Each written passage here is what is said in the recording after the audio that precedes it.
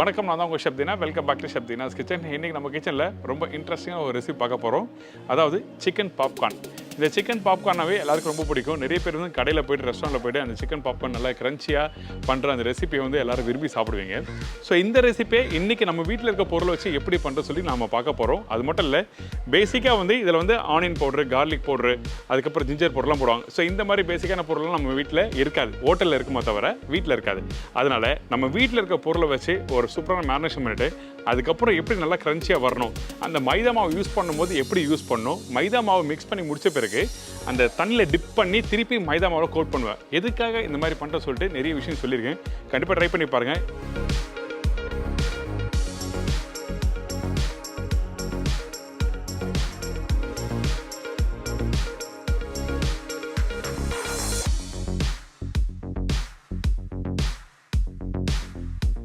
இதோட ஒரு அருமையான டொமேட்டோ கெச்சப் எப்படி பண்ணுறது சொல்லி பார்க்க போகிறோம். இந்த ரெசிபிக்கு வந்து டொமேட்டோ கெச்சப் தொட்டு சாப்பிட்றது நல்லாயிருக்கும். அதனால தான் இந்த காம்போவில் கொடுத்துருக்கேன். ட்ரை பண்ணி பாருங்கள். இப்போ இந்த ரெசிபிக்கு தேவையான பொருட்கள் பார்த்தலாமா? சிக்கன் பாப்கார்ன் தேவையான பொருட்கள்: சிக்கன் போன்லெஸ் 1/2 கிலோ, முட்டை 1 நம்பர், பால் 150 ml, இஞ்சி பூண்டு பேஸ்ட் 3/4 டேபிள் ஸ்பூன், மிளகு powder 1 teaspoon, chilli powder 3/4 teaspoon, தனியாத்தூள் 1 டீஸ்பூன், லெமன் ஜூஸ் சிறிதளவு, மைதா தேவையான அளவு, உப்பு தேவையான அளவு, எண்ணெய் ஃப்ரை பண்ணுறதுக்கு தேவையான அளவு. இதாங்க இந்த ரெசிபிக்கு தேவையான பொருட்கள். இந்த சிக்கன் பாப்கார்ன் ரெடி பண்ணுறதுக்கு ஃபஸ்ட் நம்ம என்ன பண்ணுறோம்னா போன்லெஸ் சிக்கன் எடுத்துருக்கோம். இந்த போன்லெஸ் வந்து நீங்கள் லெக்கும் யூஸ் பண்ணலாம், ப்ரெஸ்ட்டும் யூஸ் பண்ணலாம். அது உங்களுக்கு எது பிடிக்குமோ அதுக்கேற்ற மாதிரி யூஸ் பண்ணிக்கோங்க. அதே டைமில் இந்த சிக்கன் பீஸ் வந்து மீடியமான சைஸில் கட் பண்ணி போட்டிருக்கேன். நீங்கள் விருப்பப்பட்டால் கொஞ்சம் பெரிய பீஸாக இருக்கலாம், ஒன்றும் தவிர எதுவுமே இல்லை. இதுக்கப்புறம் ஒரு முட்டை. இந்த குவான்டிட்டிக்கு வந்து ஒரு முட்டை போதும், அதிகமான முட்டை யூஸ் பண்ண வேண்டாம், சரிங்களா? இதுக்கப்புறம் இஞ்சி பூண்டு பேஸ்ட்டு, மிளகாய் பவுடர்,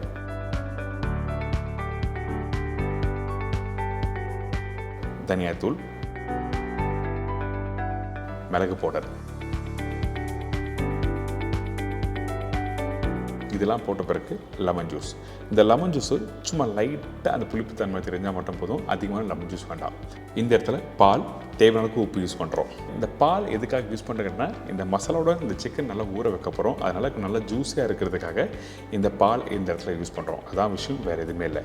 சில பேர் வந்து தயிர் யூஸ் பண்ணுவாங்க, நீங்கள் தயிரும் யூஸ் பண்ணலாம், ஆப்ஷன். ஆனால் தயிர் யூஸ் பண்ணுற டைமில் வந்து லெமன் யூஸ் பண்ணக்கூடாது. அதே டைமில் அந்த தயிர் கொஞ்சம் அதிகமாக புளிப்பு தன்மை இருந்தால் நல்லா இருக்காது. அதனால தான் நம்ம என்ன பண்ணுறோம், பால் யூஸ் பண்ணுறோம். இதுக்கப்புறம் இந்த மாதிரி நல்லா மிக்ஸ் பண்ணி முடிச்ச பிறகு ஒரு மூடி போட்டு கரெக்டாக ஒரு மணி நேரம் ரெஸ்ட் விட்டுருங்க.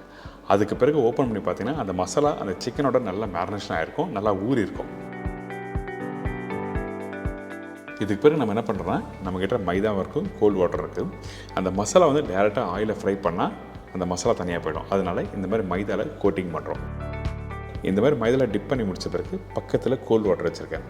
இந்த கோல்டு வாட்டரில் ஜஸ்ட்டு ப்ளேஸ் பண்ணுறோம். ஒரு செகண்ட் கழித்து திருப்பி வந்து செகண்ட் கோட்டிங் பண்ண போகிறோம். எதுக்காக இந்த மாதிரி கோல்டு வாட்டரில் வந்து நம்ம இந்த மாதிரி டிப் பண்ணுறோம் கேட்டிங்கன்னா, அப்போ தான் செகண்ட் கோட்டிங் பண்ணும்போது வந்து உங்களுக்கு வந்து அந்த மைதா ஒட்ட ஆரம்பிக்கும். இந்த மைதா இந்த மாதிரி ஒட்டும் போது நம்ம என்ன பண்ணால் அந்த ஃப்ளேக்ஸாக வரும். அதுவும் பர்டிகுலராக இந்த மைதாவை நீங்கள் செகண்ட் கோட்டிங் முடித்த பிறகு லைட்டாக நீங்கள் எக்ஸஸாக இருக்க மாவை வந்து நீங்கள் உதறணும். அப்போ தான் அந்த சிக்கன் இந்த மாதிரி லேயராக வரும். நான் திருப்பி இன்னொரு பீஸ் பண்ணி காமிக்கிறேன் பாருங்கள். ரெடி பண்ணி வச்சுருக்க அந்த சிக்கனை வந்து ஃபஸ்ட் கோட்டிங் பண்ணுறோம். இதுக்கப்புறம் இந்த கோல்டு வாட்டரில் போடுறோம்.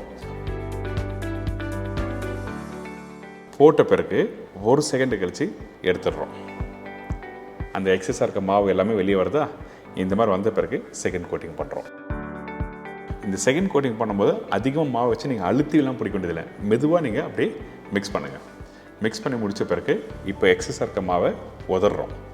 இந்த மாதிரி உதறும் போது அந்த சிக்கன் மேலே லேயர் பார்த்திங்கன்னா அப்படியே லேயராக வரும். ஸோ இதுதான் நல்லா கிறிஸ்பியாக வரும் நீங்கள் ஆயிலில் ஃப்ரை பண்ணும்போது. இதுதான் விஷயம், வேறு எதுவுமே இல்லை. இப்போ ரெடி பண்ணி வச்சுருக்க அந்த சிக்கனை 1 by 1 ஃப்ரை பண்ண ஆரம்பிக்கிறேன். கரெக்டான சூடில் வச்சு ஃப்ரை பண்ணுங்கள். எப்போயுமே வந்து நீங்கள் எந்த ஒரு ஃப்ரை ரெசிபி நீங்கள் வீட்டில் பண்ணும்போது எண்ணெய் சூடு கரெக்டாக இருக்கணும். இல்லைன்னா கலர் மாறிடும், உள்ளே வேகாது. உள்ளே வேகாமல் இருந்தால் சாப்பிட்றதுக்கு நல்லா இருக்காது. இதுதான் விஷயம், வேறு எதுவுமே இல்லை. ஸோ கரெக்டான சூடில் ஃப்ரை பண்ணி எடுக்கிறோம்.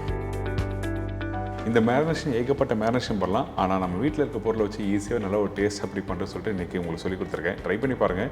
சண்டேயில் எப்போவுமே வந்து வீட்டில் சிக்கன் குழம்பு, சிக்கன் தொக்கு, இந்த மாதிரி ரெசிபிலாம் நீங்கள் வீட்டில் ட்ரை பண்ணியிருப்பீங்க. ஒரு சின்ன சேஞ்சஸுக்கு இந்த மாதிரி ஸ்நாக்ஸ் ட்ரை பண்ணி பாருங்களேன். பார்த்தீங்களா, இப்போ இந்த சிக்கன் பாப்கார்ன் எப்படி ரெடி பண்ணுறது உங்களுக்கு தெரிஞ்சிருக்கும். நல்லா கிறிஸ்பியாக முறுமுறு நல்லா சூப்பராக வந்திருக்கு.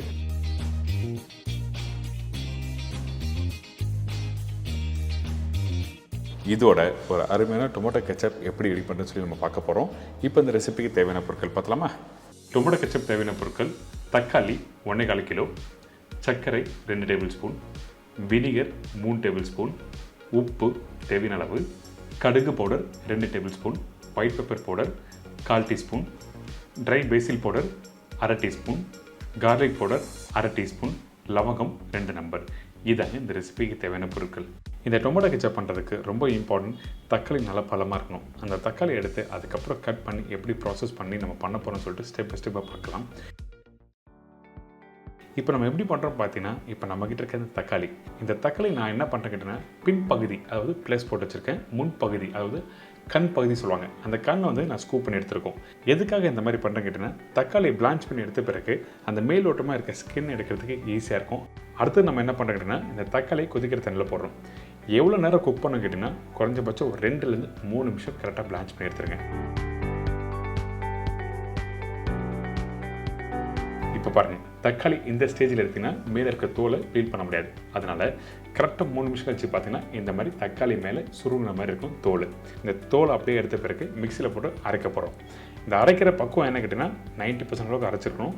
இதே சில பேர் என்ன பண்ணுவோம்னா, உள்ளே இருக்க விதையை எடுத்துகிட்டு அதுக்கப்புறம் ப்ராசஸ் பண்ணுவாங்க. நம்ம ரொம்ப பெரிய ப்ராசஸ்னால நம்ம என்ன பண்ணுறோம், டேரெக்டாக மிக்சியில் போட்டு அரைச்சிட்டு லாஸ்ட்டாக ஸ்ட்ரெயின் பண்ணிக்கலாம்.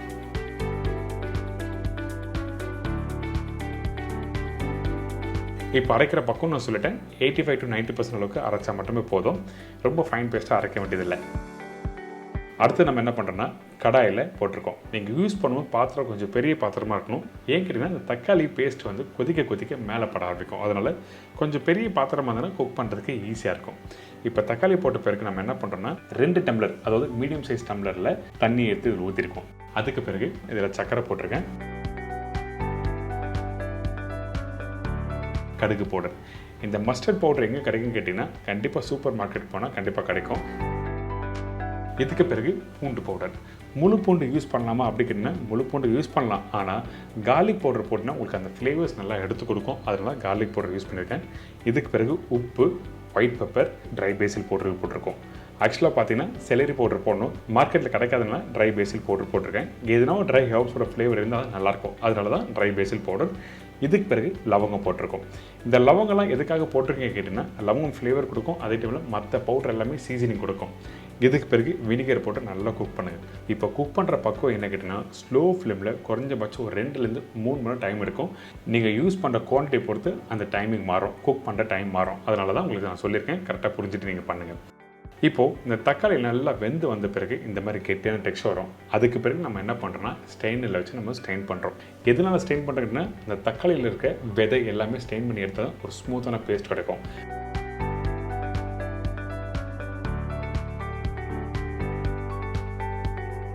ஸ்டெயின் பண்ணி எடுத்திங்கன்னா இந்த மாதிரி திப்பி இருக்கும். இந்த திப்பியை அவுட் பண்ணிவிட்டு அதுக்கப்புறம் இந்த டொமேட்டோ கெச்சப் யூஸ் பண்ணி பாருங்கள், அருமையாக இருக்கும். கண்டிப்பாக ட்ரை பண்ணுங்கள், மறக்காமல் ஃபீட்பேக் கொடுங்க. ரொம்ப பெரிய ப்ராசஸாக இருந்தாலும் ஆனால் அழகான ரெசிபி சொல்லி கொடுத்துருக்கேன், என்ஜாய் பண்ணுங்கள். என்னங்க, இப்போ இந்த சிக்கன் பாப்கார்ன் ரொம்ப ஈஸியான ஸ்டைலில் எப்படி பண்ணுறது நல்லா தெரிஞ்சிருக்கும். ஸோ இந்த மாதிரி ப்ராசஸ் பண்ணி பண்ணும்போது ஏன் இப்படி பண்ணுறோம் அப்படின்னு சொல்லிட்டு உங்கள் எல்லோரும் புரிஞ்சிருக்கும். ட்ரை பண்ணுங்கள், என்ஜாய் பண்ணுங்கள். அருமையான ஒரு ரெசிபி. அது மட்டும் இல்லை, சந்தோஷமாக வீட்டில் இருக்க மக்களோட சேர்ந்து சமைச்சு சாப்பிடுங்க, என்ஜாய் பண்ணுங்கள். இதே மாதிரி நாளைக்கு இன்னும் சூப்பர் ரெசிபி செஞ்சுங்க. நன்றி, வணக்கம், சி பாய், டேக் கேர்.